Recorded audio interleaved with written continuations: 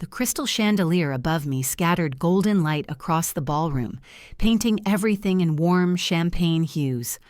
My daughter, Emily, adjusted the pearl clasp on my silk blouse and whispered, "You look stunning, Mom. Tonight is your night." It should have been. My retirement party was meant to be the perfect curtain call.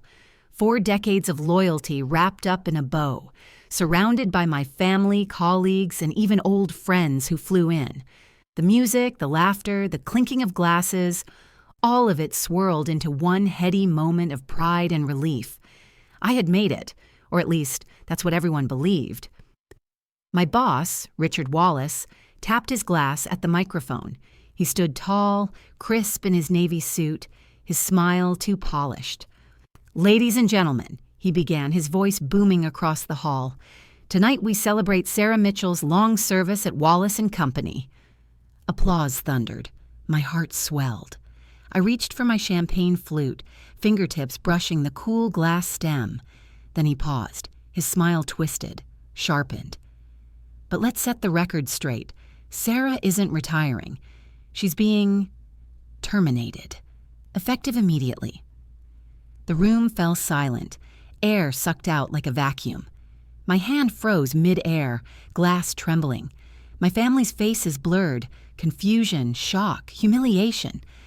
Emily's eyes darted to me, searching for an answer. Inside, I felt the familiar burn, the ache of being blindsided, the sting of betrayal.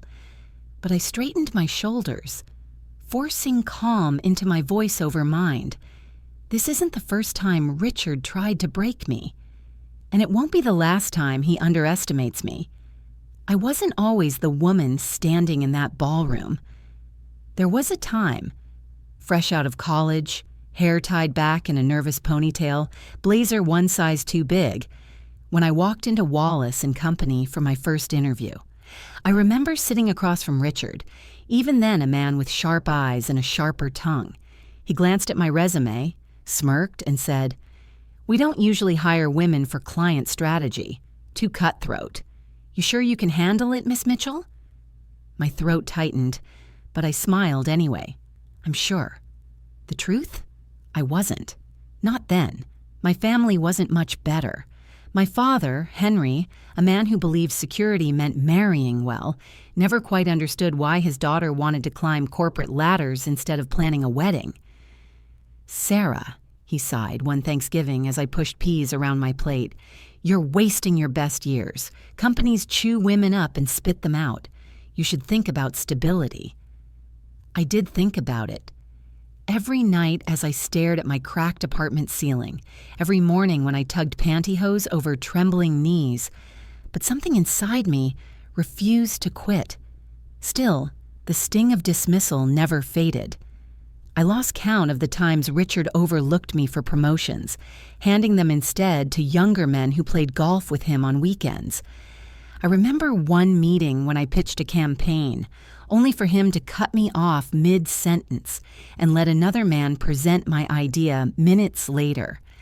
My hands had trembled so badly under the table, I had to hide them in my lap. The only thing that steadied me was my grandmother's locket, a delicate silver oval engraved with a single word, "Endure." She'd given it to me at my graduation. "Sarah," she'd whispered, her wrinkled hands closing mine around it, "storms don't last forever, but women like us, we do." That locket sat against my collarbone through every humiliation, every late night at the office when tears blurred spreadsheets. It reminded me I wasn't just working to survive, I was building something. One winter evening after Richard humiliated me in front of a client for the 3rd time, I sat in my tiny kitchen, locket cool against my skin, and finally made a decision. If Wallace & Company wouldn't see my worth, I'd make damn sure the world would. And I wouldn't stop until I could walk into that office with my head high, not begging for a seat at the table, but owning the whole damn table. The years that followed tested me in ways I couldn't have imagined. By day, I was the diligent, overlooked employee at Wallace & Company, the woman who fetched coffee, took notes, and patched up messes others created. but by night, in the glow of a second-hand laptop on my tiny kitchen table, I became someone else entirely. I devoured books on finance, marketing, leadership, anything I could find. I enrolled in online courses, sometimes falling asleep at 3 a.m., with highlighters still in my hand. My fingers ached, my eyes burned, but I kept reminding myself of that one word on my grandmother's locket: endure. The turning point came when I met Linda Carter, a seasoned executive who had clawed her way to the top of a tech firm.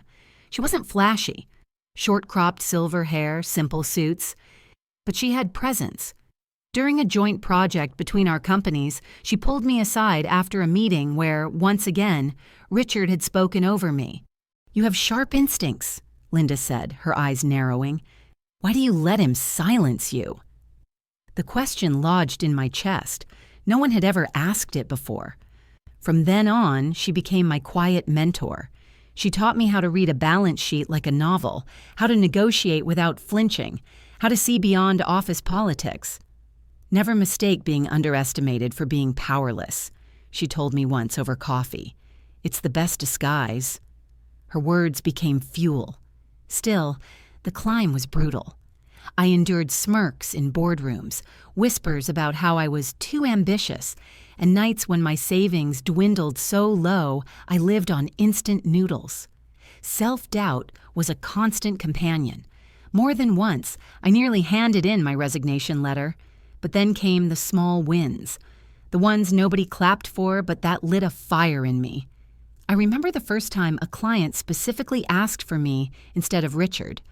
The pride I felt when my modest side investment, shares in a fledgling software startup, actually paid off.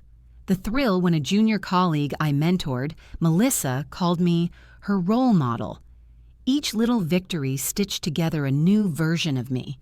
And slowly, secretly, I built more. I poured bonuses and savings into investments, sometimes sneaking out of the office on lunch breaks to meet with financial advisors. Richard thought I was running errands. In truth, I was running the foundations of my independence. My family, meanwhile, remained in the dark. At Christmas dinners, when my father asked, "So, still stuck at that desk job?" I'd just smile and sip my wine. No need to explain. Let them underestimate me, too. Years turned into decades, and by the time I neared retirement age, my portfolio was worth more than Richard's entire division. Nobody knew, not even Emily. And that was fine, because I was saving the reveal for the perfect moment.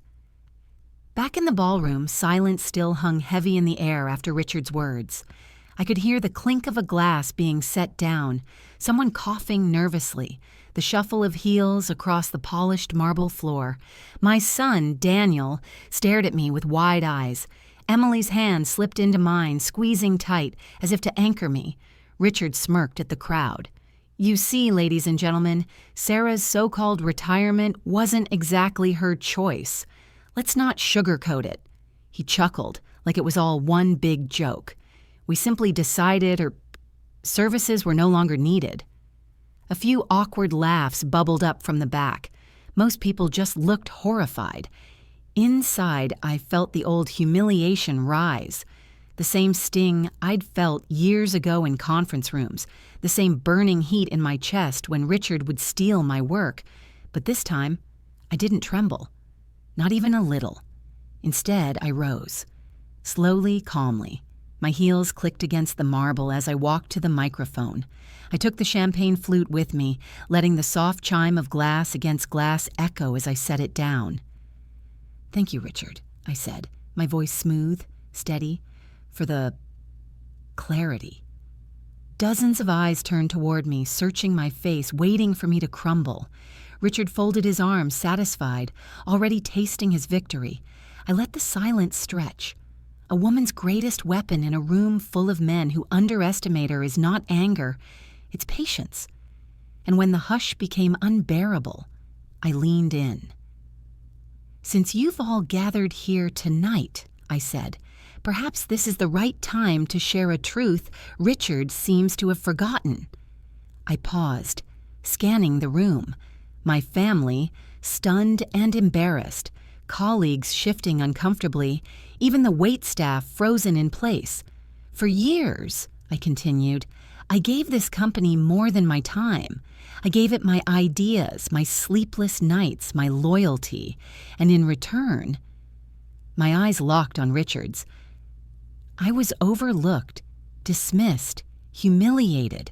But what Richard didn't know is that every time he underestimated me, I was quietly building something bigger than any title he dangled over my head. A murmur rippled through the room. Richard's smirk faltered. You see, I said, straightening my shoulders, while Richard was busy playing golf with his protégés, I was buying stocks, shares, properties, and eventually pieces of this very company. Gasps filled the air. I may no longer work for Wallace and Company, I said, my voice rising with controlled power, but as of last quarter, I am now the single largest shareholder. In other words, Richard. I turned, letting the words slice clean. I own more of this company than you do. For the first time in 40 years, I watched him pale. His jaw slackened, his confident stance crumbled just enough for everyone to see it. The room erupted. Whispers, shock, even a few cheers from the younger employees. My family sat frozen, mouths open, their earlier shame melting into disbelief. I lifted my champagne glass at last. So while Richard would like to terminate me, the truth is, he reports to me now. I drank slowly, savoring the fizz as it slid down my throat, watching Richard squirm under the weight of it all. The girl who once shook in bathroom stalls had finally arrived, and she owned the room. The ballroom had transformed. Moments ago, Richard held the power, the crowd hanging on his words. Now all eyes were on me. I set down my glass, feeling the cool stem leave my fingertips, and let my gaze sweep the room. My colleagues shifted uneasily. My family, Emily, Daniel, even my father, Henry, stared as though they were meeting me for the first time. Richard tried to recover. He cleared his throat, forced a chuckle. Well, Sarah, that's quite the story. But you can't possibly expect... I cut him off with a single look, calm, steady, unshaken. Richard, I said, my tone soft but laced with steel, here's what I expect. You will tender your resignation by Monday, quietly, with dignity. No press releases, no boardroom battles. If you refuse, I'll make public every deal you mishandled, every project you stole credit for. And trust me, the board will side with the majority shareholder. The silence was sharp enough to cut glass. His Adam's apple bobbed. He said nothing. Then I turned, slowly, toward my family. My father's hands were folded tightly in his lap, knuckles white.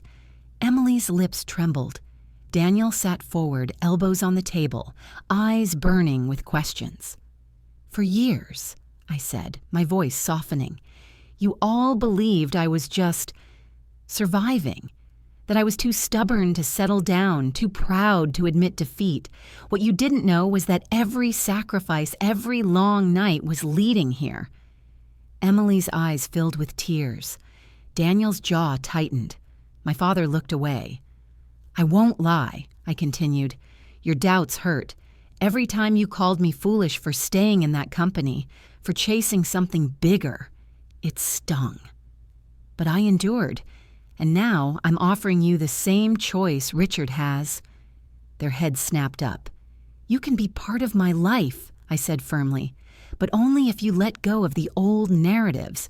No more belittling, no more dismissing me as just a woman with a job. You respect me for the woman I am, or you stay silent on the sidelines of my success. My father's eyes glistened for the first time I could remember. He pressed his lips together but said nothing. Emily squeezed her brother's hand. I turned back to the crowd. To everyone here. This is not about revenge. It's about truth. It's about reclaiming the dignity stripped from me in rooms like this one. I don't need apologies, but I won't accept disrespect. Not anymore. The words hung in the air like a verdict, and as I looked into the faces of the people who had once doubted me, betrayed me, or underestimated me, I realized something profound. I wasn't demanding conditions for their sake. I was setting them for mine. For the first time in my life, I wasn't bending to fit anyone's expectations. I was standing exactly where I belonged, and they would either rise to meet me or watch me soar without them.